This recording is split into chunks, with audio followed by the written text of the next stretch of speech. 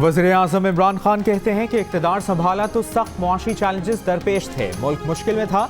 Current खसारा 20 अरब dollar था। Currency गिरने से महंगाई हुई, जिस पर हुकूमत को बुरा भला कहा गया। आज सूरत हाल बेहतर हो रही है। कहा, आवाम को सहूलतें देना हुकूमत की जिम्मेदारी होती है। हर डिवीजन में हाई कोर्ट बेंच होना चाहिए। वज़ीर-ए-आज़म का फैसलाबाद में बरामद कुनंदगान और ताजिर बिरादरी की तकरीब से खिताब।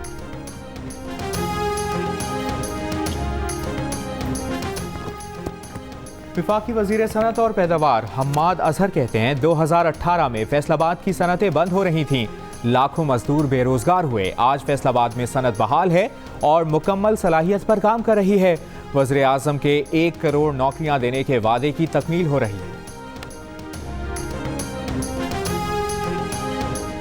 मानसहरा में नून लीग का जलसा। मरियम नवाज समेत दीगर पार्टी रहनुमा जलसे में मौजूद।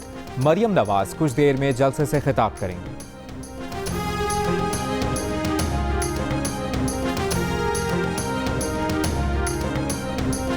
वफाकी वज़ीर इत्तलात शिबली फराज कहते हैं कि PDM का एक ही एजेंडा है कि मुकदमात खत्म कराओ।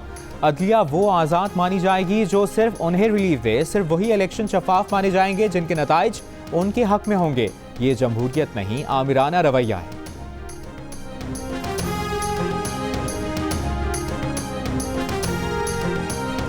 जुडिशल मजिस्ट्रेट कराची शर्की की अदालत ने नवाज शरीफ के दामाद कैप्टन रिटायर्ड सफदर के खिलाफ मज़ार कायद की मुबैना बेहुरमती का मुकदमा C क्लास करार देकर मनसूख कर दिया।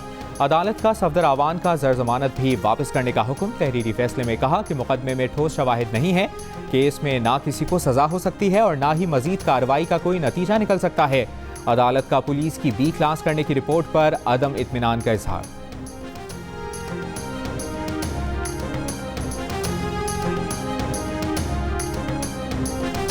नारोवाल स्पोर्ट्स सिटी में करप्शन का इल्जाम। नैब ने नून लीगी रहनुमा एहसन इकबाल के खिलाफ करप्शन रेफरेंस एहतसाब अदालत में दायर कर दिया। साबिक DG sports board Akhtar Nawaz भी मुल्जिम नामजद। मंसूबे में इख्तियारात के नाजायज इस्तेमाल का इल्जाम। रेफरेंस के मुताबिक वफाकी हुकूमत के फंड सूबाई मंसूबे में खर्च करवाए।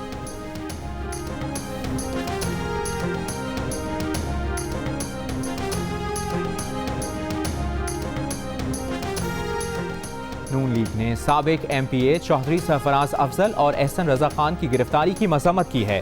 पार्टी तर्जुमान मरियम औरंगजेब कहती हैं नैब न्याजी गठजोड़ के बाद FIA न्याजी गठजोड़ सियासी मुखालफिन के खिलाफ इस्तेमाल हो रहा है। सिलेक्टेड टोला बेबुनियाद मुकदमात बनाकर लाहौर जलसा रोकने की कोशिश कर रहा है।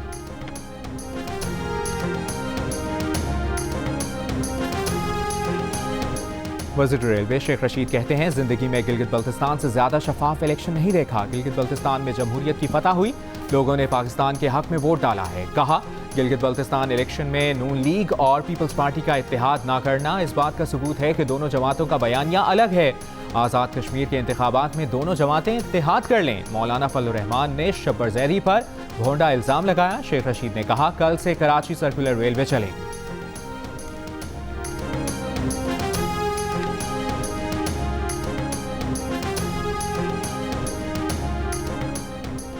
वज़ीर-ए-आज़म इमरान खान, प्रिंसिपल सेक्रेटरी आज़म खान, मुशीर एहतसाब और दाखिला शहजाद अकबर ने शुगर माफिया को 400 अरब रुपए का फायदा पहुंचाया। चीनी कमीशन की तहकीकात के बाद नौकरी से बरतरफ अफसर सज्जाद बाजवा के इल्जामात। शहजाद अकबर ने इल्जामात को मुस्तरद कर दिया। कहा, उनका या वज़ीर-ए-आज़म का मामले से कोई लेना देना नहीं। वो सज्जाद बाजवा को जानते भी नहीं।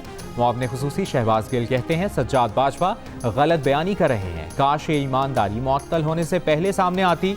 अगर सज्जाद बाजवा की बात दुरुस्त है तो फिर हुकूमत ने हर मरहले पर अदालत में चीनी कमीशन रिपोर्ट का दिफा क्यों किया? FIR दर्ज क्यों की? किसी को बचाना होता तो क्या इस केस को इतना आगे तक लेकर जाते?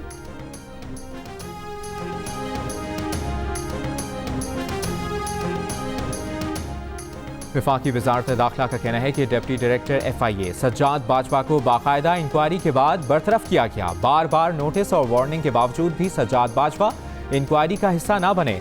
इंक्वायरी अफसर के पास सज्जाद बाजवा ने अपना कोई मौक़िफ़ नहीं रखा, ना अपने खिलाफ इल्जामात का जवाब दिया। मजाज अफसर ने भी अपनी रिपोर्ट में सज्जाद बाजवा को कसूरवार ठहराया। वजारत दाखिला के मुताबिक डिप्टी डायरेक्टर FIA पर इंक्वायरी से मुतालिक मालूमात अफशा करने, मीडिया से बात करने के इल्जामात थे।